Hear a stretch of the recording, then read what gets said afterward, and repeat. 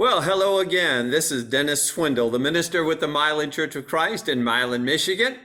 And I want to thank you yet again for viewing part 5 of this series, Is the End Near? Is the End Near?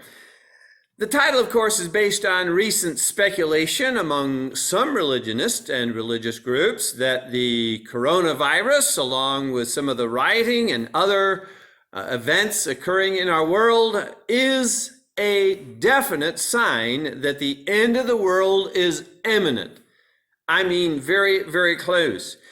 Moreover, some people assert that Jesus in Matthew chapter 24 predicted things like the coronavirus. In other words, they use that to substantiate the idea that the end of the world is near indeed. So my objective is to determine whether or not they're right. Does Matthew 24 teach that this horrendous pandemic and other current events are signs that you and I can tell that, hey, we're just right at the precipice of eternity? All right, so turn your Bibles to Matthew chapter 24. Matthew chapter 24. And just before we continue in our study here, let me just remind you of the context. Just prior to the 24th chapter, Jesus had been at the temple area. He had predicted coming judgment upon the Jewish leaders, upon the city of Jerusalem, and on the temple itself. Now, we previously covered the first 20 verses, so let me just very quickly summarize those. Jesus told his disciples that the temple itself would be thoroughly demolished, nothing really left of it. And of course, they were very curious about this. They asked him, when will these things be? And what will be the sign of your coming and of the end of the age or world? Jesus then spoke of events that would occur much prior to the destruction. He spoke of the coming of false Christ, wars, rumors of wars, nations rising against nations, kingdoms against kingdoms. He spoke of famines, pestilences, and earthquakes. But it's very important to remember what he said in verse 6. He said, see, with all these things occurring, see that you are not troubled, for all these things must come to pass, but the end is not yet. In other words, these are just the beginning signs, and then he indicates that things will get much worse. He says there'll be severe persecution of the believers. There'll be betrayal even among believers, and more false prophets. Jesus then divulged 2 signs that would indicate that the end of which he was speaking, the end of Jerusalem, the end of the temple, was getting very close. The first sign would be the fact that the gospel would be proclaimed, published throughout the world, which it was about 6-7 years before 70 AD, when the temple was destroyed as Jesus predicted. You can read about it in the book of Colossians, chapter 1 and verse 6, and also in verse 23. And then Jesus spoke of the abomination of desolation standing in the holy place, as we also read in the Old Testament book of Daniel. And Jesus indicated, when you see this, you'll know that the end is right at the doors. And it occurred exactly as Jesus predicted. Just prior to the destruction of the city and the temple, the city was surrounded by the Roman legions. And when they finally were able to break into the city, they desecrated the temple before setting it afire and destroying it.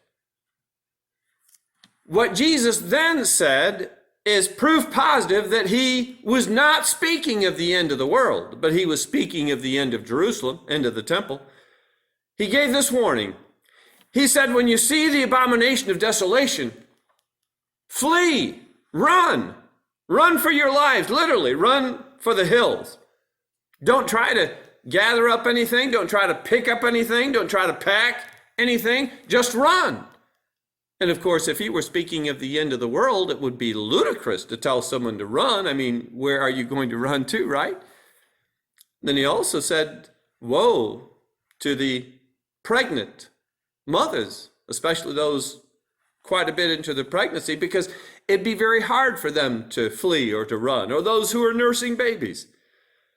And then he also said to say a prayer about something concerning the upcoming destruction. He said, pray that your flight, your escape, not occur in the winter or on the Sabbath day where traveling would be much more difficult, especially to get out of the city of Jerusalem. So if Jesus were predicting the end of the world, those warnings would have made no sense at all. Now, before we get into verse 21 or so, is there a possibility that Jesus will at some point in this chapter discuss the end of the world? Well, you'll just have to continue to listen. All right, let's go to verse 21. Matthew chapter 24. For then there will be great tribulation. You've heard that term thrown out a lot, haven't you? The great tribulation? Well, there was. Such as has not been since the beginning of the world until this time, no, nor ever shall be. Nor ever shall be. Now, I'm going to have to rely quite a bit on my notes from this point because there's so much detail that I need to share, and I do have to go quickly. Never before or since has there been such merciless carnage in a confined area in so short of time. We think of things like the bombing, the atomic bomb on Hiroshima or Nagasaki, and the tens of thousands that died instantly, and many, many more died in subsequent months. But that was nothing like this. Nothing like this. Josephus describes some of the details, and they're so gory that I won't mention the vast majority.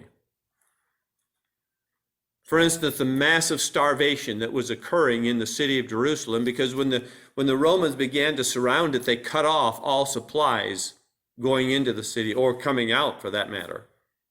And in so doing, many Jews began to starve. And there were so many that the Jews who were still left alive were too weak to bury the corpses, so they would just throw the corpses in heaps of bodies, and they'd begin to rot and stink out in the sun. Well, Josephus also recorded the details of the cruelties perpetrated by the Roman soldiers when they entered the city. He said, and I quote, "They went into the lanes of the city with their swords drawn. They slew those whom they overtook without mercy." I mean, I'm talking about old people, young people, babies, children, toddlers, and set fire to the houses whither the Jews were fled and burned every soul in them. It was a merciless slaughter. He goes on to say they laid waste to great many. They ran through everyone they met, and they obstructed the lanes with dead bodies. Do you know what the Romans often did to keep people from escaping who were still left in the city? They would block the entrances, the streets, with dead bodies, so that the Jews who were still alive would have to climb over the bodies, but they'd have to climb so high. They'd either pull the bodies on top of themselves and fall back down, or while they were trying to climb the heaps of bodies, the Romans, of course, grabbed them, run them through. He said the whole city ran with blood to such a degree that the fires in many houses were quenched by the blood flowing in those houses. Wow. We do know that from April to September of AD 70, over 1,250,000 Jews were slaughtered. Unprecedented. Well, we've got to go on in our reading. This is Jesus predicting, and remember, everything he predicted came true, precisely as he predicted. Verse 22, and unless those days were shortened, no flesh would be saved. But for the elect's sake, the elect referring to those who follow Jesus Christ, those days will be shortened. I think that's one of the most remarkable prophecies. You see, although the slaughter was heinous, it only lasted about 5 months. It could have gone on and on. The Romans could have pursued the fleeing Jews into the hills or hunted them down at some point in time, but they didn't. They didn't. Some have suggested that the Romans simply had no stomach left for the unprecedented bloodshed. But the truth of the matter is, this shortened massacre was in fulfillment of Jesus' prediction via the power, the providence of God himself. Verse 23. Then, if anyone says to you, look, here is Christ, or there, do not believe it. For false Christ and false prophets will rise and show great signs and wonders to deceive, if possible, even the elect. Even as the destruction of Jerusalem began, rumors still abounded that a Messiah was on his way, a deliverer was on his way. And some did show up, uttering these false assurances to the Jews that this leader or that leader would still bring them to salvation. And some of these leaders even employed magician tricks, false signs, to deceive the Jews into believing them and following them. And the Bible has numerous examples of that being done. In Acts 8, 9, and 10, it talks about a Simon the sorcerer who was able to convince many people that he had divine powers, when he didn't. He was just a good magician. Even back in the book of Exodus, remember, in the 7th chapter, 11th verse, Pharaoh's sorcerers and magicians had the ability to throw down their staffs, as Moses had done, and they became snakes. Well, actually, they were just snakes that were trained to hold themselves rigid for a while. All right, continuing. Verse 25, Jesus said, see, I have told you this, all these things beforehand. In other words, Jesus is saying, when these things occur, as they will, just remember who told you. Remember the source of this information. Who else could be the source but the Son of God? Only he would know these things in advance. Verse 26, if therefore they say to you, they, the false teachers, say to you, behold, he, our deliverer, is in the wilderness, do not go forth. Don't listen to these rumors. Or, behold, he is in the inner rooms, do not believe them. And tragically, some said that. They said, if you'll go to this location, you'll be saved. They weren't talking about the mountains way off in the distance. No, this part of Jerusalem or the temple. Josephus records this. There was a common rumor that the Messiah would appear in the temple. So hundreds of Jews went there, waited for the Messiah, and were slaughtered where they stood or sat. Blood, he said, cascaded down the temple steps like a crimson waterfall. So horrible, so horrible. Now, important, at this point in Matthew chapter 24, Jesus employs what we call apocalyptic language, very symbolic language, somewhat cryptic unless you understand it. It was sometimes used in the Bible to describe calamities or tragedies or earth-shaking events. You can read about that language, obviously in the book of Revelation. Also in the Old Testament books of Ezekiel, Isaiah, Daniel contain this apocalyptic language. And so does Jesus use it at this point in Matthew chapter 24.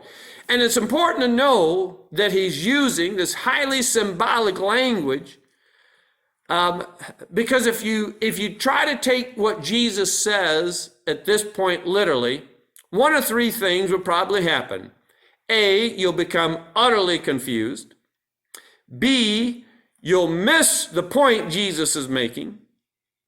And three, it will appear as if Jesus was wrong, because if you take his words literally, some of the things he said would happen never happened, even at a time he said they would happen, if you take them literally word for word. Now, some might ask, and it's a good question, well, why would Jesus employ symbolic language, apocalyptic language? Well, the Jews, for one, were extremely familiar with that language. As I indicated, some of the Old Testament books were replete with that symbolic style of language. But it was also a very effective means of communicating in the most intense way dramatic, horrible events to come. Someone has likened such language to a form of a parable on steroids, a very powerful way to get a point across. Well, let's just take a look at some of that language. And I have to admit right here, I don't pretend to fully grasp the meaning in its entirety of these apocalyptic symbols Jesus uses, but I will throw out at least what seems to make sense. Okay, so take what I say at this point with a grain of salt in terms of my understanding, all right? All right, verse 27. For as the lightning comes from the east and flashes to the west, so also will the coming of the Son of Man be. Now, on the surface, it sounds like Jesus is switching gears. That prior to this, he was talking about the destruction of the city, the destruction of the temple, but now it sounds like he may be talking about his return at the end of time. And I would go along with that, if not for verse 34, which we haven't got to, but let me just read that verse. Jesus said, assuredly, for sure, I say to you, this generation, this current generation in which Jesus was living, and the Jews considered a generation to be 40 years, this generation will by no means pass away. In other words, it won't end till all these things take place. Everything up to verse 34 will take place during the generation in which Jesus lived. What, 1950 or more years ago? So going back now to verse 27, that couldn't have to be with Jesus' return at the end of the world, unless the end of the world happened then, which obviously is ludicrous. So everything Jesus said here occurred during his generation. And just remember, if anything Jesus said up to verse 34 did not occur in that generation, then Jesus lied. But we know Jesus didn't lie, so we're left with two ways to interpret verse 37 and subsequent verses. Either Jesus literally returned while some of those people were still alive, which he didn't, not literally physically return, or he used apocalyptic symbolic language to describe his return. In other words, he wasn't talking about his literal second return that will occur at the end of time, but he's talking about his symbolic return. And you're going to see that that makes a lot more sense than the idea that Jesus physically, materially returned in 70 AD. All right, now let's just ask a question quickly. Why would Jesus return symbolically? What would be his purpose in doing so? How about to keep a promise? To fulfill a prophecy about the destruction of the Jewish leaders and their city, Jerusalem, and its temple. And you say, okay, I can see that, but in what form would Jesus return symbolically? If he wasn't talking about his literal physical return, what would be the form of it? What would it look like? How about it looking like a huge, overwhelming, conquering army designed to bring about the fulfillment of Jesus' prophecy? Listen again to what Jesus says in verse 27. He says, for as the lightning comes from the east and flashes to the west, so also will the coming of the Son of Man be. Now it's interesting that he used that language, because when the Roman armies invaded Jerusalem, did you know they came out of the east and attacked in a western wave? Their attack on the city was described as spectacular and lightning quick, which fits with what Jesus said in verse 27, a symbolic appearance of Jesus in the form of this overwhelming army to do exactly what Jesus said would happen. Now, stay with me. Let's continue. Verse 28, we have more of this apocalyptic language. For wherever the carcass is, that would refer to a corpse, typically of some kind, there the eagles would be gathered together. When the Roman armies entered Jerusalem, they carried their banners, their ensigns, that displayed prominently the symbol of Rome, an eagle, thousands of them. When they entered the city, initially, they found heaps of corpses that were just tossed in piles due to disease or starvation from the months of siege. And you know what they did? They looted those corpses as well as the city. The language continues, verse 29, immediately after the tribulation of those days, the sun will be darkened, and the moon will not give its light. The stars will fall from heaven, and the powers of the heavens will be shaken. Very symbolic language. But here's a few things we know about that language. The sun and moon being darkened as stars falling from the sky. Folks, if you take that literally, it is ridiculous, because after all, when you look out at night and you see the stars, what are you actually looking at? Suns. Many of them much larger than our own. Well, if those suns fell from the sky onto earth, well, we'd be burned up. Everything would be burned up instantly. No. Those are symbols typically associated with the decline or fall of nations. And that language is found in the Bible. Even in Acts chapter 2, 19 through 21, describes the day of Pentecost using similar language. So something is going to fall, someone is going to fall, some nation is going to fall. The Jews did. And the powers of the heavens being shaken refers to something that has universal impact, that everybody hears about, even the angels in heaven, we might even say. Well, as a result of the destruction of Jerusalem and the temple, the Jewish nation was shaken to its core, and it would never recover. We continue, verse 30. And again, this is apocalyptic language. Then the sign of the Son of Man will appear in heaven. Then all the tribes of the earth will mourn. Notice it says tribes, not nations. Tribes referred to what? The tribes of Israel. And they will see the Son of Man coming on the clouds of heaven with power and great glory. Now again, that sounds like the literal, physical return of Jesus Christ at the end of the world, but that can't be the case, because down in verse 34, we read, this generation will by no means pass away until all these things happen, will be fulfilled. So what is Jesus referring there? The sign of the Son of Man appearing in heaven, the tribes of the earth mourning, and the Son of Man coming on the clouds.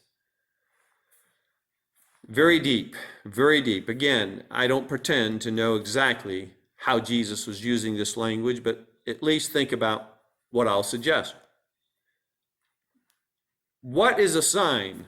A sign is a confirmation of something, a confirmation of authenticity or authority. The sign of the Son of Man would be some confirmation that the Son of Man, Jesus of Nazareth, was who he claimed to be. He was the Son of God, divine. The sign of the Son of Man appearing in heaven would be a sign that would be universally known, that everyone would eventually be able to hear about. All the tribes mourning would refer to every living Jew would go into deep mourning when they heard about the horrible destruction of their capital city of Jerusalem and the precious temple. How about the idea that they will see the Son of Man coming on the clouds of heaven with power and glory? Again, this is very symbolic language. Jesus, in fact, in Matthew chapter 16, verse 28, said this using similar language. He said, some standing here, he was referring to those standing around him, some standing here will not taste death, they will not die, till they see the Son of Man coming in his kingdom. Jesus was not referring to his literal coming at the end of the world, but his coming in the sense of his coming in the establishment of his church, which we read about in Acts chapter 2. Okay, so in what way would people see the Son of Man coming on the clouds of heaven with this power and glory? When the city of Jerusalem and the temple were put to the torch, huge columns of dark, billowing smoke could be seen for dozens of miles away. Someone described it as a black cloud that hung over the city for days, similar probably to what Abraham saw when he turned his eyes towards Sodom and Gomorrah after their destruction. Obviously, anyone looking toward what had been the city of Jerusalem, what had been the temple, seeing now this huge cloud of billowing black smoke, would say a great consuming power has been at work here. And although the uneducated would have attributed that to the Roman legions, those who heard about Jesus' earlier prophecy that he had made 37 years prior to 70 AD attributed all that to Jesus Christ. This is the work of Jesus, they would say. As if he returned symbolically to keep his promise.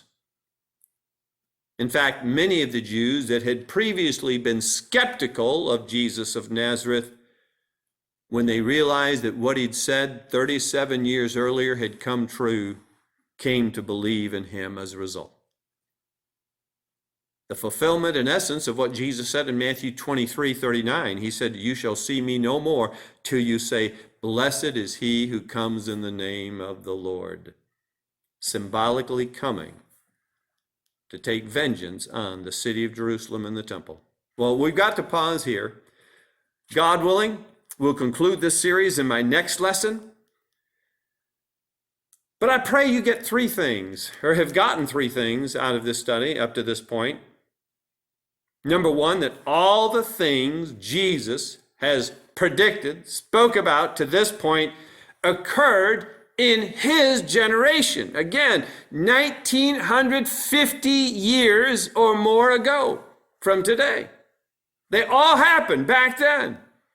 People talk about these things are going to happen. They did happen. And Jesus predicted they'd happen during that generation. Number two,